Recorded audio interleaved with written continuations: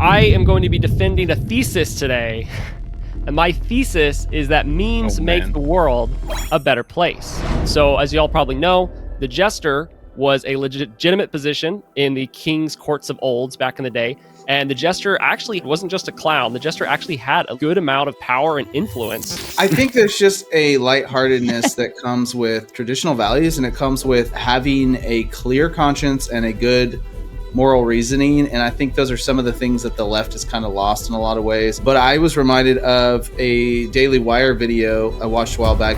If y'all are not aware of what this is, I will explain this briefly here. Crazy thing happened in the 2010s, I believe. But essentially, this picture single-handedly destroyed the online atheism movement. And that is not an exaggeration. Got a meme to show you guys here. All right, so I am going to be defending a thesis today. And my thesis is that memes make the world a better place. So here is my part one of my argument, introduction. So memes, modern day memes are basically the modern day jester of the world. So as y'all probably know, the jester was a legitimate position in the king's courts of olds back in the day.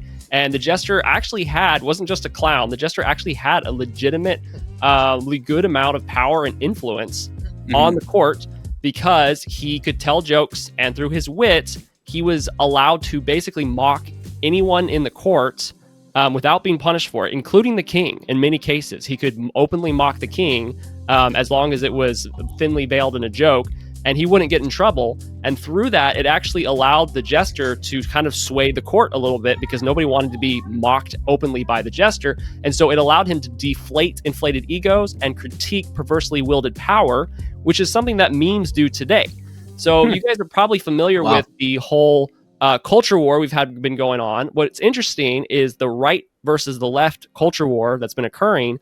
It's arguably, I think, sufficient that memes have been helpful for the right more than they have for the left. This is almost universally accepted, even by the left, because the left's response oftentimes to right-wing memes is not to make better memes, but is instead to whine about and try to censor and block people that make memes. And so therefore prove the point of those memes. Therefore proving the point that the memes are very, very effective.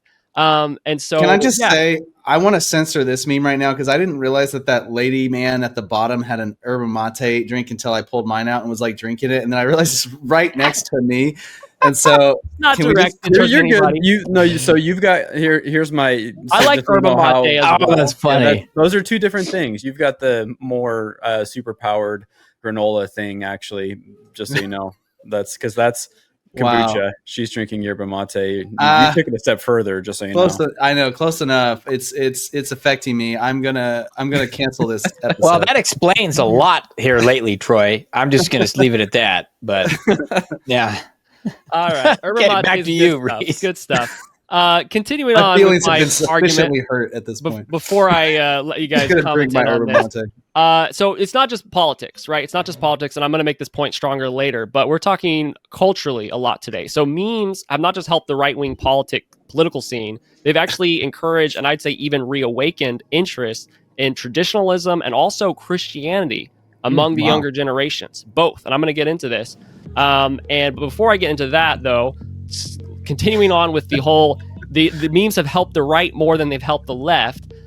This is so true that there's actually a meme called "The Left Can't Meme." The Left Can't Meme is a meme of itself, and it's basically there's every format you can think of. Here's just one of them.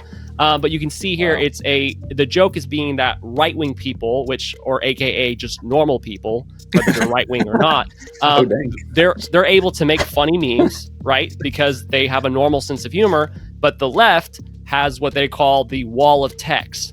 That when they make memes, it's a wall of text because they're trying to cram their ideology into each frame, and it's no longer funny. So the right and just normal people, even people that don't consider themselves right-wing, will make fun of left-wing memes continuously.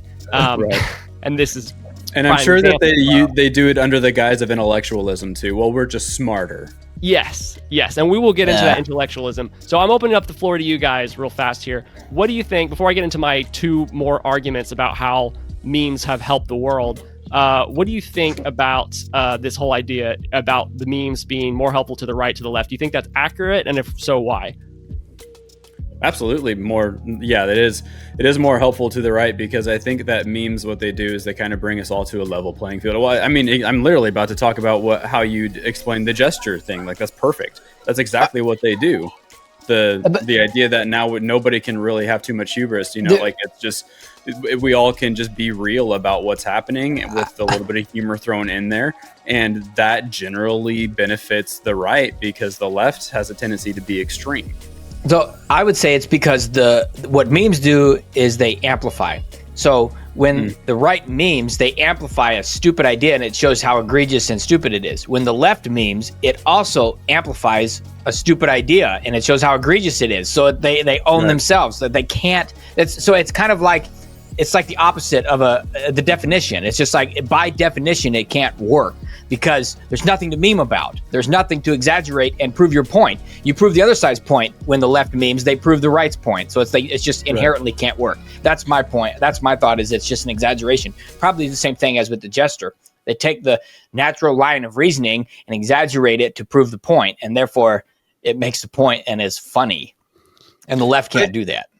I think there's just a lightheartedness that comes with traditional values, and it comes with having a clear conscience and a good moral reasoning. And I think those are some of the things that the left has kind of lost in a lot of ways. And I think they try to uphold those things and put those labels onto certain beliefs they hold.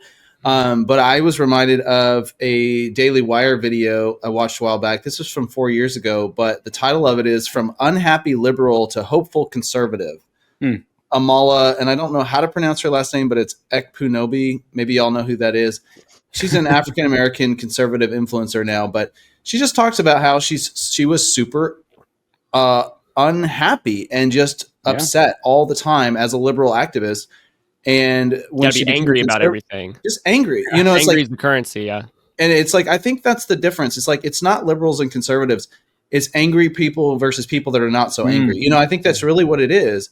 That's good. So it's like, if you're angry all the time, it's no wonder you've lost your sense of humor. You don't have any reason to be happy, or you don't have a reason to explore and be creative when it comes to humor, and when it comes to the happy and the joyful side of life. You can only become happy by acting on the anger. So it's like, that's very different. That it's like, I'm not trying to make people laugh. I am trying to tear things down that I'm angry about. And so I think that's really what it is. It's like, I'm angry at traditional values, so I'm going to, attack those. And there's no way to enjoy life when you're in that state.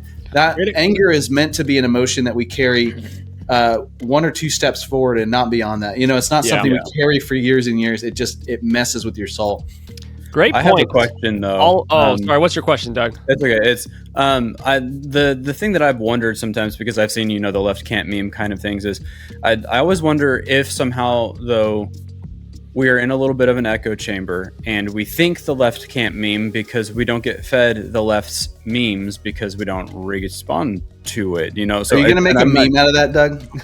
I would say I'll go back to my definition of it. It's just not funny because there's nothing to juxtapose. There's nothing to exaggerate. There's nothing. There's just nothing. There's no there to put into a meme. My quick answer, Doug, before we derail the conversation is just, and obviously I haven't been everywhere on the internet, but I feel like I have followed enough people that are legitimately left-wing that I've seen the memes that they share, like unironically share. I've also seen a lot of pages where they share left-wing memes as a joke of like, here's these terrible left-wing memes. Look, they can't meme, but they also end up sharing like, look guys, here's like the best ones that I found. I'm actually trying to look for funny ones it's all most of the time. Now, I'm not saying I haven't laughed at a left-wing meme. I have. There's some I've laughed at, even if I don't believe the ideology behind it. I think a few. Like the best versions is but all South Park. What I have seen is, like you guys have described, it is they're still taking their delusional ideas to the extreme and trying to push them on people, which isn't a funny concept.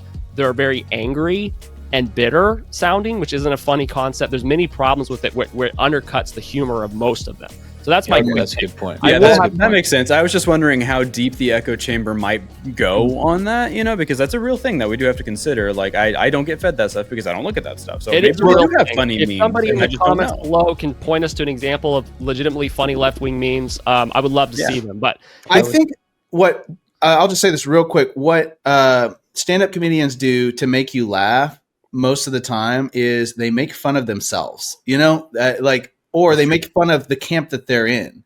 Yeah. And it's like, because, there's nothing I have to worry about, I'm not going to get it, it's like, and sometimes they lightly gesture in other directions, but it's like, that's where they stay centered. A lot of them, like some of them are on the outside of that, they're outliers, but it's like, and that's the problem. If everything you're outputting is to affect something over there, and it's like, you're not going to be in that safe place of, this is something that everyone's going to find funny. Yeah. So, you're absolutely right about the self-deprecating humor, because I've also seen the more successful left-wing memes have been from people that are a little bit self-aware of like, us lefties can be kind of like silly and snowflakes sometimes and whatever, and they've been like poking fun at their own base. But oftentimes those only make right-wingers laugh and conservatives laugh, and people on the left instead actually just get really offended by it because they have a censorship mentality that's like, there's certain groups you're not allowed. You're not allowed to make fun of minorities. You're not allowed to make fun of people with like different gender ideologies and stuff like that. So if they poke fun at any of their own base, they end up having a bunch of angry people in the comments. And so there's another reason for that. So my first main point for why memes make the world a better place, moving a little bit away from the right versus left, but we can't escape it. We can't escape the right versus left, but I'm going to try to move slightly from it. The first point is that humor deflates delusion. Humor deflates delusion. So y'all have heard me say this before. I don't love the terms right and left, mainly because the terms by themselves mean nothing. Like your right versus your left, they're meaningless terms, but we use them to quickly identify your political tribe that you're a part of, right? So when talking about this situation, I like to talk about the terms basically reality versus delusion. So those who subject themselves to reality and then want to make the best of the reality that they live in, versus those who live in a kind of grandiose delusion, typically a utopian idea that's not supported by history or reality. And so this is part of the reason why humor works so well on the right, is because Western traditionalism is very much grounded in reality. And then at the same time, we have the luxuries of our modern world has allowed for what's called luxury beliefs, right? And these are beliefs, these are inflated delusional beliefs, and that's what the memes puncture. The memes see these inflated delusional beliefs that are not based in reality, which, yes, usually the left is the one more likely to hold, and the memes kind of puncture that balloon, that delusional balloon, right? And so the bell curve meme is the absolute perfect example. So I've had this one on the screen for a little while. Here's another one that's very similar to it. This one does have the word evolution in it, so don't be too offended, but you get the gist. So basically, so George Orwell has a quote. George Orwell's quote says, "There are some ideas." You forget you're talking to the right. Nobody's going to get offended, man. George Orwell has, and this meme is a good example because, this, I don't think a Christian made this meme because it's quoting somebody that believes in evolution, or whether they're Christian or not. Regardless, it's like, this isn't like a right-wing meme, but this is still a meme that is just puncturing the whole idea of like delusional beliefs that somebody can just hold of like, I don't have to be based in sort of reality. So those whole things, they mock the academic process of the modern world, right? The joke is that common sense and reality-based observational reasoning is superior than the best theories that you can come up with in like a delusional echo chamber, an academic echo chamber, a media echo chamber, which is just like, give me the source, give me the thing, tell me the proof for this that's based on like a scientific journal or a source, instead of somebody just being like, it's real because it's real. Like, how can you not see that it's real? It's obvious to everybody, whether you're a simpleton or you're a genius. It's just obvious. So I think George Orwell's quote sums that one up pretty well. There's some ideas so absurd that only an intellectual could believe them. What do you guys think about this? This first point I have, humor deflates delusion. I think that I like the fact that his face and hair looks like the person on his shirt, or it's a picture of himself. I like that. I think that's great. That actually is perfect, because generally it's a form of self-idolatry, this kind of intellectualism. Well, and I think it's also a scapegoat or an excuse for something that they do. They kind of, it's like an atheist coming up with all these intellectual reasons, but the foundation is they're like stealing from the biblical worldview to argue their point against the biblical worldview. And so it's kind of like another thing that comes to mind for me is like things can be true, but also not funny. So like I'm not very tall. And so when people make short jokes, if they're funny, I usually laugh and I make a funnier short joke. Like I make funny comments about myself. But if I used to work with a guy and he would say, "Oh, look, that's high up there. You can't reach it. You're short." Ha. And I'm like, "But that's just not funny." And he'd be like, "See, you're offended." I'm like, "I'm not offended. I'll make a funnier joke than you, but that's just not funny. Like you just pointed out a thing." Like, so I don't know how that seems relevant to this where it's like, okay, it could be true, but it doesn't mean it's funny. Well, that kind of answers. So that's why the exaggeration and amplification is the point, is what I'm saying. You have to exaggerate or amplify something that's true, or a line of reasoning that's true. It has to go further down the line. It can't just be, or like 2 or 3 implications, and you're like, oh man, that's clever. Like you have to be smart to actually get the joke, because you have to reason these things out. I always say that there's an element of truth in every joke, and if there isn't, then it's not a very good joke. But to answer your question though, Reese, does humor deflate delusion? I think it can, but I think it goes both ways because it depends on who the audience is. Sometimes it can inflate delusion because people are just receiving it differently, But I think more often than not, yes, it does. But there are going to be those instances where it does quite the opposite. For sure. And and memes obviously are still alive and well on left-wing spaces, and they always will be. But there's a reason why what's considered normies, or people that are just middle ground who don't have much political, there's a reason why they usually can laugh more at or appreciate a meme like this. They're like, oh, that's kind of funny. Also, I think the picture on his shirt is supposed to be Adam Conover. It could be himself, but if you guys know Adam Conover, he's like a left-wing intellectual kind of guy, and that kind of made me laugh. But you're right, it does look like his own face. All right, so moving on. It looks like he's trying to copy that look, that's what very much could be. It's pointing out. Here's my hero that I'm trying to be like. Yeah, it's kind of pointing out that stereotype of looks. This is kind of a fun little aside that continues. Ryan, I'm glad you just brought up atheism here. So this is kind of crazy. I'll explain this tweet if y'all are not aware of what this is. I will explain this briefly here. But I don't know that one. Crazy thing happened in the 2010s, I believe. I don't remember the exact year that it became like a meme, but essentially, as this quote here says, there is this picture of a fat guy in a fedora single-handedly destroyed the online atheism movement. And that is not an exaggeration. This actually is literally not an exaggeration. So there was a massive, what's called the new atheist movement that was occurring mainly in online spaces, like from the early 2000s up to like the 2010s, where a bunch of atheistic intellectuals were getting together and, kind of doing their atheistic intellectual thing. And it was like, gaining a lot of traction. However, on Reddit, they had this space called r/atheism, where a lot of them were gathering, and they basically they were gathering, to like mock Christianity and like there was so much bad stuff on there. There was people that were like, oh, my grandma was like, oh, we should pray for those people dying on the other side of the world, and they're like, my grandma's so stupid, and they're like, that's their takeaway. They're like, wow. Oh my gosh, like even if you're not a Christian, like that's pretty like, oh, I hate my family. They said bless you the other day when I sneezed. I hate my family.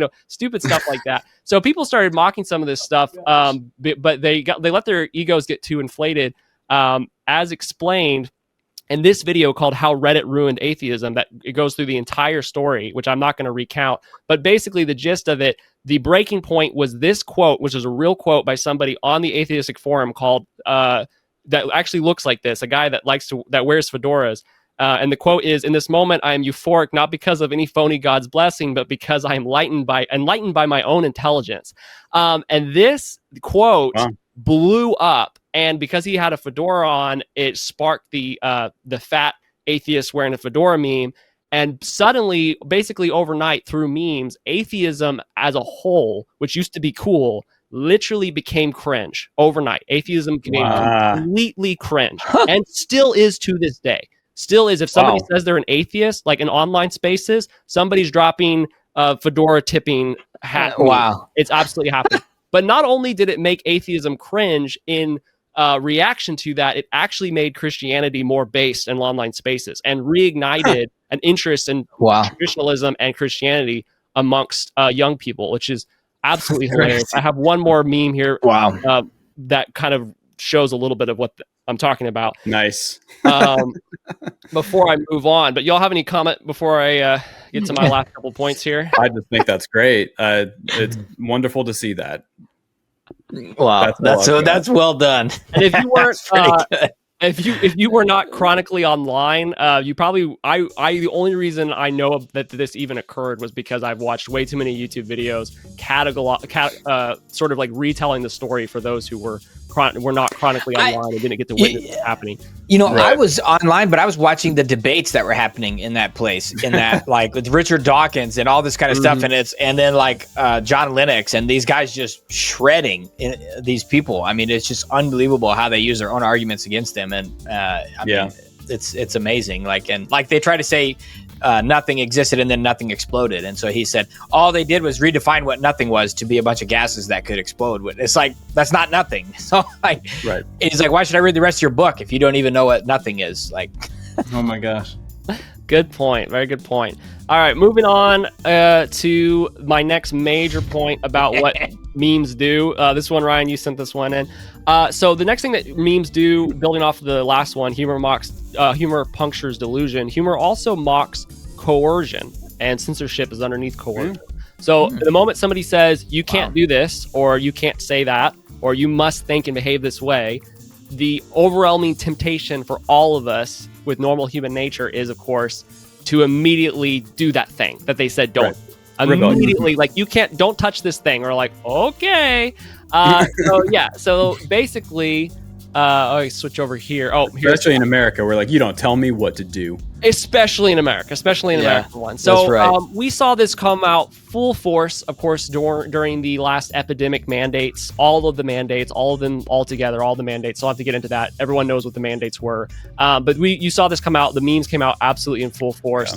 Yeah. The reason, in my mind, is that the reason that those who live by delusion end up always being the ones that are enforcing the rules, because you have to enforce rules to hold up a delusion. So reality-based, and restricting freedoms and liberties.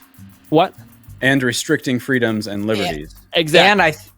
And I think there's a disconnect between people who are following those mandates and they help, or they want to be affirmed in their whatever it is, and they need everybody else to do that so that they can have reassurance for themselves even. And that may be subconscious, but that is absolutely the case. No, it's absolutely the case. And so if you are in like a reality-based politics, reality-based sort of culture, you don't need censorship, because the truth is what exposes lies. If you have the truth, you're good. Yeah. And also there's a value for individual freedom, and like, well, I can do this thing. Doesn't mean I have to force everybody else to do the thing that I'm doing. I can respect somebody who's doing something different. You know, like, I'm wearing a mask, you're not wearing a mask. That's okay.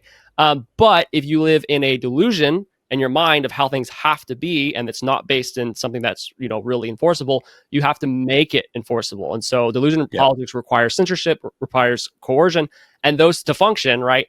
And memes, of course, naturally rebel against that, because, as kind of Troy was hinting at earlier, authoritarianism is not funny, but freedom is funny. Freedom, you're allowed to be funny, but you're not allowed to be funny under authoritarianism. So any comments on that before I get to my last point? It's also narcissism. That's another big element of that mindset. The whole, like, it has to be exactly how I think it needs to be, otherwise it's not right. Yeah, I'm impressed with the points. I'm impressed with the points that you come up. It's you're like an academic approach to this meme culture. I'm very impressed. This would be a nice, well done, college professor presentation. Yeah. I can't believe. This made me think of something else. Psychology of meme culture. I think this concept, like the simple concept of the humor behind memes, I think it actually is highly intellectual, because you have to be smart to understand the inferences. Right. You can't they shoot themselves in their foot with their big long text walls, is that what you called it? Because the reality is, what you're having to do at that point is you're having to explain your point, which means that your audience is not very smart. If you can just say it with an image and a few words and your audience gets it, that's intelligence. Mm-hmm. But the thing is, that's, if you look at, but like people like Bill Maher and other, you know, kind of left-leaning comedians, they can say, or Jon Stewart, like, they can say things that are funny, but it's only funny because they exaggerate a point that, or they kind of so much that it's really not true, but it's funny because of the way they characterized it. You know what I mean? So like that's really the only way that they could do that. But that's done through wit and just a natural ability to be funny and how you deliver something and how you say it in the tone. You can't do that on a piece of paper or on a screen without, with a meme. And that's called straw man because they're building something. Exactly. It's only funny. Because of that, but it's not true. Yeah. No, because of how they characterize it. Yeah, and that's a good point because the straw men, I've seen a lot of left-wing memes where I should have gotten examples of left-wing memes, but I didn't want this to be like 3 hours long, but I have seen a lot of like straw men left-wing memes, and some of those are actually like on the funnier side because they build up like a funny, sort of scenario. Right. But I've also seen a lot of right-wing memes that are just completely mocking the left-wing. For instance, Doug, the one that you sent in, that's not it. Where is it? Oh, it's the next one. It's the very next one. The whole NPC face is like the common here is like if you put a MAGA hat on one of these guys, then it's a left-wing meme. Because it's like, well, you're an NPC because you're, MAGA or whatever. But that would be funny. Generally, this is the more popular memes using this are more pointing out people that are actually completely mainstream, which MAGA is not really completely mainstream. So.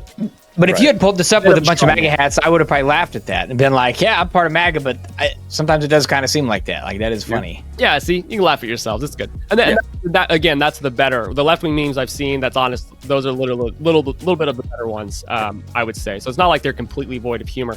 But there are some reasons I think the humor generally works better on the right side. I will get to my last point here, pointing out why have memes, why are they so important? This is my last point. Why do I think that memes make the world a better place? Well, I believe that culture is more important than politics. So I will get into this here. So sharing funny memes, I think, legitimately makes the world a better place.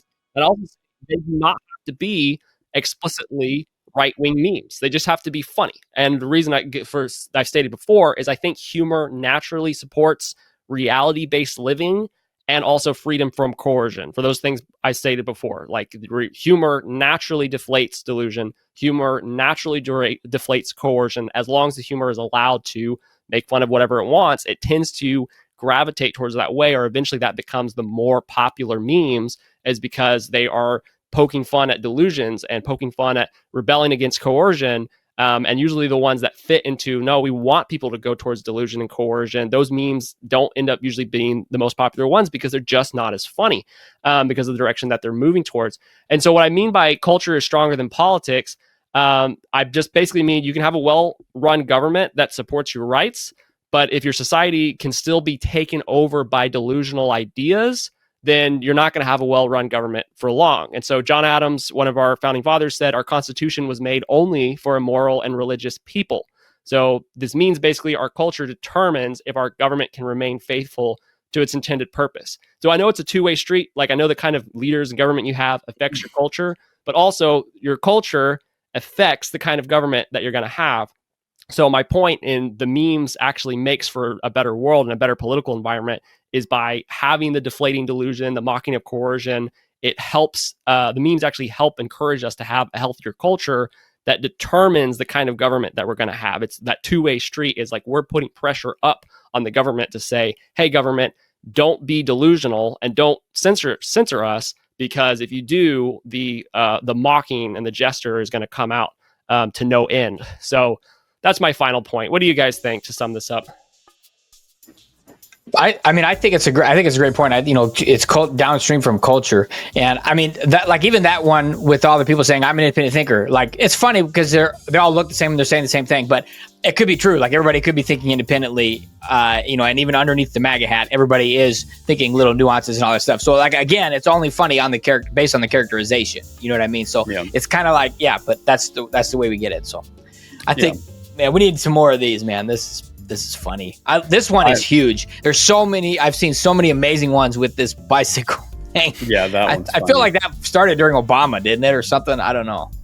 I wish we could put up memes in real life, because so many times something will happen and I'm like, oh, you seen that one meme where it's like, and I try to describe it. I'm like, I don't know why I'm trying to describe this meme. But I think it's also funny that you guys keep saying the MAGA hat, because I happen to wear mine today. Perfect. I didn't nice. Yeah, you're on That's one funny. side and I'm on the other side with my yerba mate down here. We've got all 4 quadrants of the political spectrum represented here. You know what's hilarious about that? Speaking of like nuance beneath the hat, right? Like I probably actually am the most granola out of all of us. You might not know that because That's probably true. And I have been for years, but I'm also like pretty far right leaning too, but I'm also not like pro Trump all the time either. But I am pro America, so I'm gonna wear my MAGA hat. Whatever. Doug, are you saying you're an independent thinker? I am saying I'm an You're not independent just thinker. following the crowd and what? It's like your I'm political unique, tribe likes? just like everybody else. Yeah, it used to get me in trouble in high school, being the one who goes against the crowd because I wouldn't do it for philosophical reasons other than just I'm not doing what you're doing, regardless. So I had to figure that it's been a long road, but I had to figure out how to actually have like a valid reason for maybe rebelling, I guess. But my natural instinct is no. So you're the one over there making the anti-mandate memes. That's what you're telling me. Yeah. Oh yeah, for sure. I don't like people telling me what to do, and just the fact that you told me what to do means I'm going to do something different. Like that, I am very much libertarian. Leave me alone. You have your land, I have mine. Don't touch me. I won't touch you. Like, yeah, that's my. I'm this far away from being an anarchist if it wasn't for certain things in place that would make that impossible to actually achieve. I told you all 4 points of the political spectrum represented today. Yeah.